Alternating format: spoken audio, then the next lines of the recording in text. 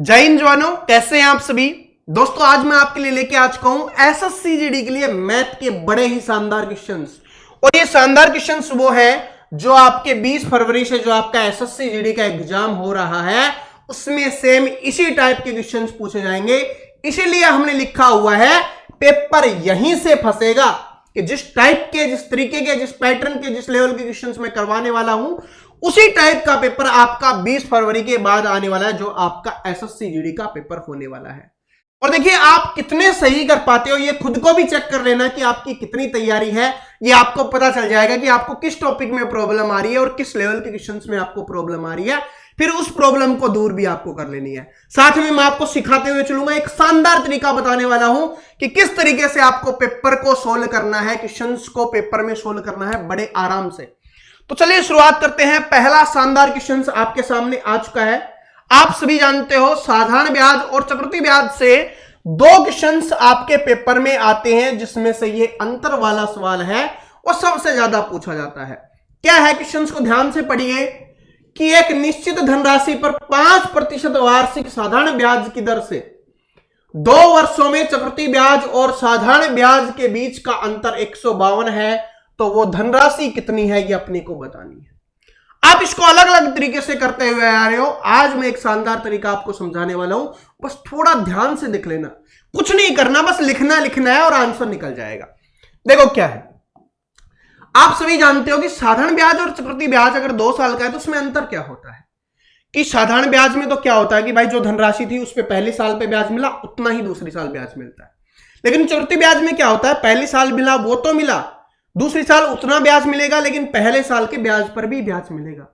तो इसका मतलब दोनों के बीच में अंतर क्या हुआ कि पहले साल के ब्याज पर जो ब्याज मिला वो एक्स्ट्रा हो गया, वही अंतर हो गया। और वो कितना होगा, वो होगा 5%।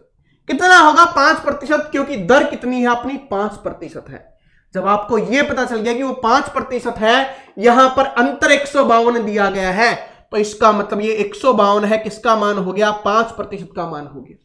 और अगर हमसे यह पूछा जाता कि 1 साल का ब्याज कितना होगा, जब हमें उसका 5% पता चल गया तो वो कितना होगा, 100% है। तो यहां पर हम 100% निकाल दे तो क्या निकल के आ जाएगा, हमारे पास 1 साल का ब्याज निकल के आ जाएगा। ठीक है, लेकिन हमें ये नहीं निकालना, हमें धनराशि निकालनी है। धनराशि और 1 साल का ब्याज, 1 साल का ब्याज है, धनराशि का कितना है 5% है। इसका मतलब ये पूरा क्या हो गया, 5% हो गया। हमें क्या निकालना है, 100% निकालना है, धनराशि निकालनी है। बस इतना कर दो, आंसर आसानी से निकल जाएगा। बस काट दो, 25 चौके 100, बस इसको दोनों तीनों को गुना कर लो, आपका आंसर निकल के आ जाएगा। 2 जीरो हैं। उसके बाद देखो स्मार्ट तरीका बताता हूं, 4 दूनी 8, यहां पर 8 हमने लिख दिया, 2 जीरो लास्ट में और उसके बाद 8 होना चाहिए। इसमें नहीं है, इसमें नहीं है, इसमें नहीं है, यही आपका आंसर हो गया। ऐसे कर दो, आंसर जल्दी निकल जाएगा आसानी से। वरना इसको गुना कर लो भाई, 15 चौके 60 होता है और 8 है तो 60 हो जाएगा, और 8 तो हमारा लिखा ही हुआ था, तो ये ऑप्शन नंबर 1 करेक्ट आंसर हो गया। इस तरीके से करना है, बस इतना ही सॉल्यूशन है और कुछ नहीं करना। जितना दर हो और जितना अंतर हो उसके बटे में लिख दो कि अंतर बटे में कितनी दर थी, वो 5%, उसका 100% निकालेंगे, 1 साल का ब्याज, 1 साल का ब्याज निकलेगा जो कितना होगा वो दर जितनी थी उसके बराबर होगा, और 100% निकाल दो, धनराशि निकल जाएगी। इससे अब आपसे ब्याज भी पूछ ले, आपसे धनराशि भी पूछ ले, कुछ भी निकाल सकते हो इसी तरीके से। जब 1 साल का ब्याज निकल जाएगा तो 2 साल का ब्याज नहीं निकाल सकते, 2 साल का साधारण ब्याज भी पूछ लेता है, तो बस 1 साल का ब्याज निकलेगा, उसको 2 से गुना कर दो, 2 साल का निकल जाएगा। ठीक है, और चक्रवृद्धि ब्याज पूछे तो 2 साल का जो साधारण ब्याज है उसमें इस अंतर को जोड़ देना, वो भी निकल जाएगा। ठीक है, अब अगला क्वेश्चन है वो आ चुका है, अगला क्वेश्चन आ चुका है, बड़ा शानदार क्वेश्चन है। क्या है कि रघु रमन एक निश्चित बराबर दूरी को तय करने के लिए क्रमशः 10 किलोमीटर प्रति घंटा और 8 किलोमीटर प्रति घंटा की चाल से एक साथ चलना शुरू करते हैं। रघु रमन से 30 मिनट पहले पहुंच जाता है, तो आरंभिक बिंदु और अंतिम बिंदु के बीच की दूरी कितनी थी। तो यानी यहां से वो चलना शुरू करते हैं, यहां पर पहुंच जाते हैं। एक की स्पीड क्या दी गई है, स्पीड हमें दी गई है, चाल हमें दी गई है 10 किलोमीटर प्रति घंटा, दूसरे की है 8 किलोमीटर प्रति घंटा। समय क्या होगा, स्पीड का विपरीत हो जाएगा, यानी ये 8 लेगा और ये इसमें हो जाएगा 8 10। और जो दूरी होती है, टोटल दूरी क्या होती है, दूरी निकालना क्या होता है, 4 गुना समय, तो इन दोनों का गुना कर लो या इन दोनों का गुना कर लो, 80 हो गई। तो ये हमारी दूरी निकल के आ गई 80। ये इस रेशियो के हिसाब से आई है। लेकिन यहां पर एक बात और बोला गया है कि रघु है वो रमन से 30 मिनट पहले पहुंच जाता है। 30 मिनट पहले पहुंच जाता है। यहां पर अंतर देखो कितने का है, 2 का। तो 2 बराबर जब 30 दिया गया है, 1 बराबर क्या हो जाएगा, 15 मिनट हो जाएगा। 1 बराबर 15 मिनट हो जाएगा। तो टोटल कितना है हमारा, 80 है। तो 80 बराबर क्या हो जाएगा, 15, और मिनट को घंटे में बनाना है, 60 से गुना कर दो बस। सॉरी, यहां पर 15/60 कर दो। 15 चौके 60, 4 से काटा 20 पे, कितना आ गया, 20 किलोमीटर। आंसर हो गया ऑप्शन नंबर बी। और ये वो क्वेश्चन है जो आपके एसएससी जीडी में बार बार रिपीट होता है, बार बार पूछा जाए। सेम पैटर्न का क्वेश्चन आएगा। जिस दिन पेपर देके आओगे बोलोगे सर जी वाह क्या क्वेश्चन करवाया था, एज इट इज क्वेश्चन आ गया। कुछ नहीं करना, जो स्पीड के विपरीत क्या हो जाएगा, समय हो जाएगा। अंतर दिया हुआ है, उधर अंतर दिया हुआ है मिनटों में। तो 2 बराबर कितना हो गया, 30, 1 बराबर हो गया 15। ये मिनट है तो इसको घंटे में बनाएंगे तो 15/60। तो जब 1 बराबर कितना है, 15/60 है, तो 80 को 15/60 से गुना करेंगे, हमारा निकल के आ जाएगा कि कितनी दूरी थी, वो निकल के आ गया 20 किलोमीटर दूरी थी। इस शानदार तरीके से क्वेश्चंस को आपको पेपर में सोल्व करना है, क्योंकि पेपर में क्वेश्चन सोल्व करने के साथ साथ आपकी स्पीड भी जरूरी है। आप सभी जानते हो कि ऐसा कोई भी पेपर नहीं हो सकता कि आपके एसएससी जीडी के पेपर में ये क्वेश्चंस ना आए, इस टाइप का क्वेश्चंस ना आए। इसको सोल्व करने का तरीका क्या है, वी बोर्ड मास है। क्या है V board mass, V board mass. इसको फॉलो करना है और आंसर निकल जाएगा। सबसे पहले ब्रैकेट अपने को सोल्व करनी है। इस वाले को ब्रैकेट को पहले सोल्व करते हैं। सबसे पहले हम इस वाले ब्रैकेट को सोल्व करते हैं। देखिए क्या हो गया, 3 3 9 और 1 10/3 हो गया इधर से, और माइनस में 3 और 2 5/3 हो गया। ये इसको सोल्व करने पे ये आ गया हमारा। इसको और सोल्व करेंगे तो बटे में 3 ही है दोनों में, तो कुछ नहीं करना, बस 10 में से 5 घटा दो और 3 तो रहेगा ही। तो कितना आ गया, 5/3। यानी इस पूरे के स्थान पर 5/3 लिख सकते हैं। ओके जी। अब इस ब्रैकेट को सोल्व कर लो। भाग में है तो 5/7 है, भाग में है तो गुना में कर दो, बस उल्टा कर दो और कुछ नहीं करना। काट दो, 7 दूनी 14, कितना आ गया, 10/9 आ गया। तो इसके स्थान पर क्या लिख देंगे, बस 10/9 लिख देंगे। अब यहां पर देखो क्या लिखा गया था, 75 भाग 30 है, माइनस का 3/4 है, ऑफ का मतलब होता है का, इसका मतलब अब ये सोल्व होगा। और ये कितना है, यहां पर 10/9 है अपने। इसको सोल्व कर लो, 3 3 9 हो गया। उसके बाद कट रहा है तो 2 से, और ये 5 पे, तो जितना भी कटा ऊपर बच गया 5 और नीचे बच गया 6, क्योंकि 3 दूनी 6। तो यहां पर 5/6 लिख दे इस पूरे के स्थान पर। तो इस पूरे के स्थान पर क्या 5/6 लिख सकते हैं, बिल्कुल लिख सकते हैं। तो हम यहां पर लिख भी देंगे, कितना आ गया, 5/6 आ गया। यह हमारा हो गया। उधर से कितना है, माइनस का 5/3 है, तो 5/3 लिख दो। अब क्या सोल्व होगा, भाग सोल्व होगा। तो भाग है तो पूरा नहीं जा रहा, तो 75/30 लिख देंगे। तो इसका स्थान पर क्या लिख सकते हैं, 75/30 लिख दो बस। क्या लिखा, 75/30। एलसीएम कितना आ गया, 30 आ गया। यहां से कितना आ गया, 75, माइनस में 5, इधर भाग दो 5, 5 पंजे 25 आ गया। इधर दो 10 और 50, क्या आया, इधर से प्लस का 75, माइनस का 75, और बटे में कितना है, 30 है। ठीक है, 0/30, 0 के बटे में कुछ भी हो क्या हो जाता है, 0 हो जाता है। तो option number B correct answer हो जाएगा, 0 हो गया। ठीक है भाई, कैलकुलेशन तो आपको करनी पड़ेगी, इसमें ऐसा कुछ नहीं था समझाने वाला, बस मैंने आपको समझाया।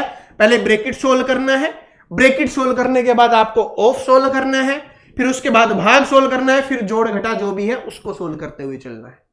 ठीक है, ऐसे सोल्व करना है, अपना आंसर आसानी से निकल जाएगा। इसको फॉलो करना है और कुछ को, किसी भी चीज को फॉलो नहीं करना। यही है, यहां से शुरुआत होता है सबसे ज्यादा। इसमें क्या था, यही से शुरुआत हुआ था। बी का मतलब क्या होता है, ब्रैकेट होता है, यानी ब्रैकेट को हमने सोल्व किया। ओ का मतलब क्या हो गया, ऑफ या का है, इसको सोल्व किया हमने। फिर डी का मतलब क्या होता है, डिवीजन भाग का सोल्व किया, फिर गुना, फिर जो ऐड है जोड़ और घटा। ऐसे सोल्व करते हुए चलना है और आंसर निकल जाएगा। पेपर में बार बार रिपीट होता है। एसएससी जीडी का वजन वाला ये शानदार क्वेश्चंस बार बार आपके एग्जाम्स में आपको देखने के लिए मिलता है। लैंग्वेज बहुत बड़ी है, थोड़ा शानदार सॉल्यूशन बताऊंगा। लैंग्वेज क्या है, बहुत बड़ी है, थोड़ा शानदार सॉल्यूशन बताऊंगा, जिसको आपको एसएससी जीडी में करना है। थोड़ा दिमाग को खुला रखना, आंसर आराम से निकल जाएगा। क्या है कि 24 व्यक्तियों का औसत भार 32 किलोग्राम है, तो 24 व्यक्ति हैं और उनका औसत भार कितना है, 72 किलोग्राम दिया गया है, यह हमें दिया गया। उसके बाद क्या बोला कि 78 किलोग्राम औसत भार वाले 3 व्यक्ति समूह से निकल जाते हैं। कितने वाले गए हैं, 78 किलोग्राम वाले गए हैं। 72 किलोग्राम वाले जाते कोई फर्क नहीं पड़ता, जा रहे हैं जाने दो, क्योंकि सभी का औसत 72 था। लेकिन यहां पर 78 वाले जा रहे हैं, इसका मतलब है कि एक व्यक्ति 6 किलोग्राम ज्यादा लेके जा रहा है। एक व्यक्ति जब 6 किलोग्राम ज्यादा लेके जा रहा है, 3 व्यक्ति जा रहे हैं, इसका मतलब वो कितना ज्यादा लेके जा रहे हैं, 18 किलोग्राम ज्यादा लेके जा रहे हैं। उसके बाद क्या बोला गया कि 75 किलोग्राम औसत भार वाले 4 व्यक्ति इस समूह में शामिल हो जाते हैं। अब 72 वाले नहीं आए, अब आगे 75 वाले। 75 वाले 4 व्यक्ति आ गए हैं। अब देखो कि औसत कितना चाहिए, हमने को 72 ही चाहिए, लेकिन ये 75 लेके आ रहे हैं, मतलब 3 एक्स्ट्रा लेके आ रहे हैं। एक व्यक्ति है 3 किलोग्राम एक्स्ट्रा लेके आ रहा है और टोटल 4 व्यक्ति आ रहे हैं, इसका मतलब 12 किलोग्राम वो एक्स्ट्रा लेके आ रहे हैं। इसका मतलब कितना कम बचा है हमारे पास, बस 6 किलोग्राम कम बचा है, वरना औसत क्या होता, हमारा 72 ही रहता। क्योंकि 18 लेके गए थे तो 12 तो इन्होंने वापस कर दिया, लेकिन 6 और बच गया। अब 6 ये सभी में बढ़ जाएगा, पहले 24 व्यक्ति थे, 3 गए थे तो 4 आए हैं, तो व्यक्ति कितने हो गए, अब 25 हो गए। अब 6 किलोग्राम को 25 में बांट दो, तो 6 किलोग्राम को 25 में बांटेंगे तो ये कितना आएगा, कितना आएगा भाई, चौथे हिस्से से भी कम आएगा, एक का जो चौथा हिस्सा होगा उससे भी कम आएगा, तो यानी कि 0.25 से भी कम रहेगा। तो 72 में से 0.25 कम कर लो, उसी से आइडिया लग जाएगा। तो कितना होगा, 71.75, यानी 71.75 के आसपास रहना चाहिए। ना इसमें है, ना इसमें है, ना इसमें है, सिर्फ इसी में है, यही आंसर हो गया। कैलकुलेट करोगे तो फिर कैलकुलेट करते रहो, बिल्कुल सेम है, बिल्कुल पास में है। ठीक है, 71.75 के बिल्कुल पास है, तो ऑप्शन नंबर 1 करेक्ट आंसर हो गया। समझ में आ गया सभी को भाई। 72 एवरेज था, 6 ज्यादा लेके जा रहे थे, 3 गए तो 18 ज्यादा लेके गए। 4 आ रहे हैं, कितने ज्यादा लेके आ रहे हैं, 3 ज्यादा लेके आ रहे हैं, टोटल 12 ही ज्यादा लेके आए। तो 18 तो उनका कम था, तो 12 तो इन्होंने पूरी कर दी, अब 6 बच गए। अब 6 की पूर्ति क्या करनी पड़ेगी, इन सभी को करनी पड़ेगी, इससे औसत कम हो जाएगा। ठीक है, ज्यादा होगा तो जुड़ जाता, ये ज्यादा होता ना तो जुड़ जाता, बस इतना ध्यान रख लेना, ऐसे ही आता है पेपर में। अगला क्वेश्चन देखिए क्या है कि एक वस्तु के अंकित मूल्य पर 10% और 5% की क्रमिक छूट देने के बाद वह इतने में बिकी, तो वस्तु का अंकित मूल्य ज्ञात कीजिए। तो वस्तु का अंकित मूल्य क्या था, यह हमें बताना है। तो वस्तु का मान लो x था, सिंपल तरीका बताता हूं आपको, कुछ नहीं करना।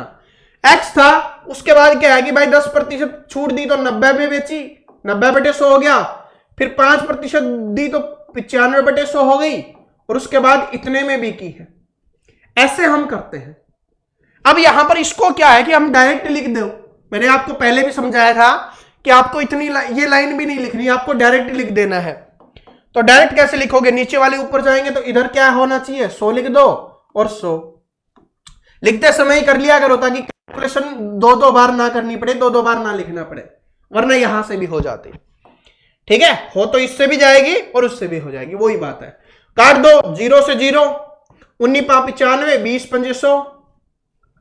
उसके बाद किसी से कट रहा है क्या 9 से काटो, तो 9 3 27, 7 9 8 72, 380। 19 से काटो 20 पे, 20 20 कितना हो गया 400, और 0 1 और लगा दो, 400 के आगे 0 लगा दो, 4000। Option number C answer.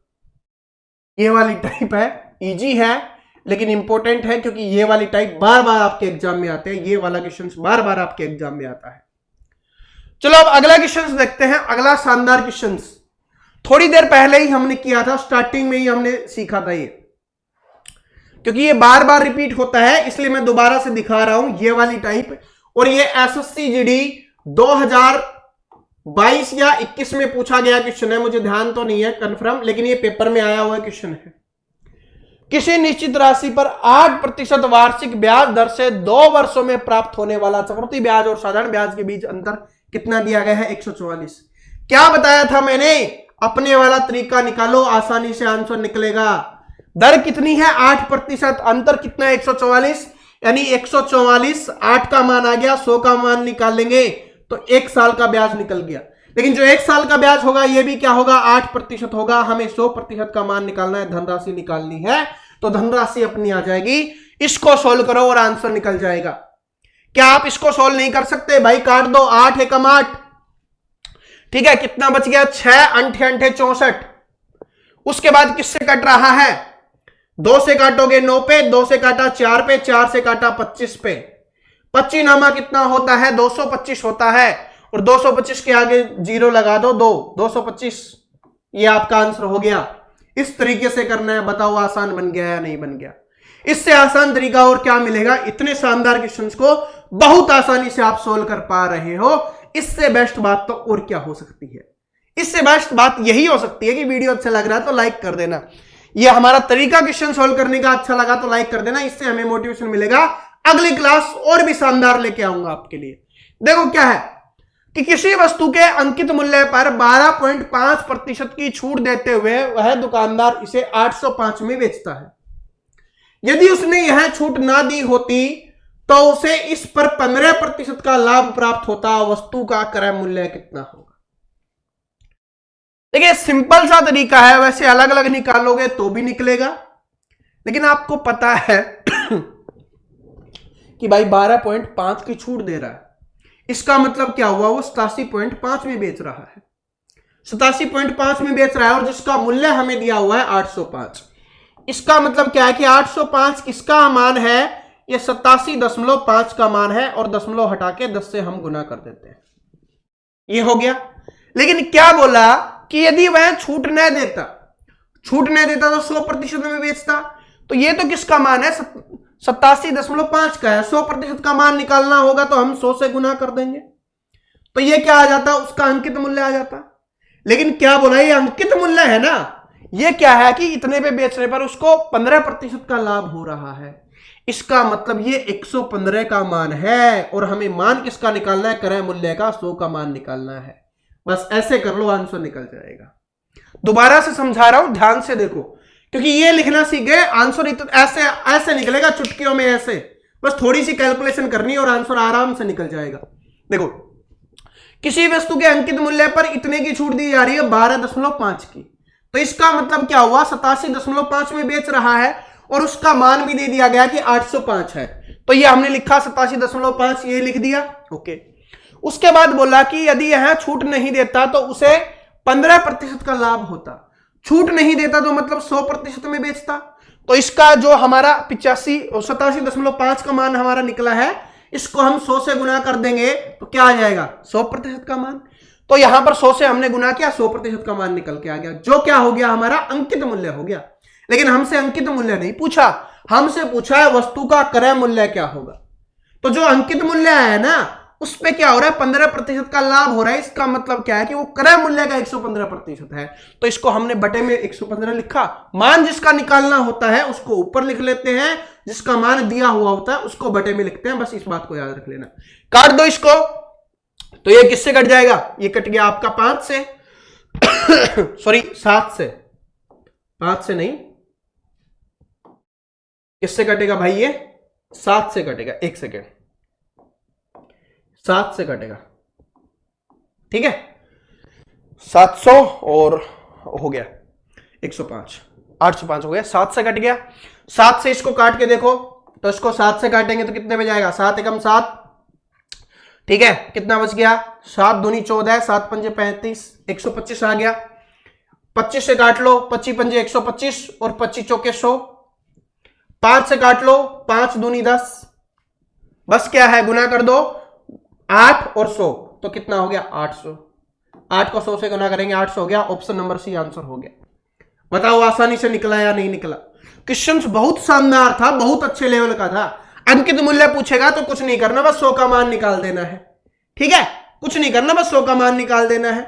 और आगे पूछेगा तो इस तरीके से कर देना, आप कुछ भी पूछ ले, ठीक है। हानि हो रही है तो 100 में से कम करके लिख देंगे बटे में, लाभ हो रहा है तो 100 में जोड़ के लिख देंगे बटे में, और क्रय मूल्य निकालना है तो 100 का मान निकालना है, ऐसे निकाल देंगे।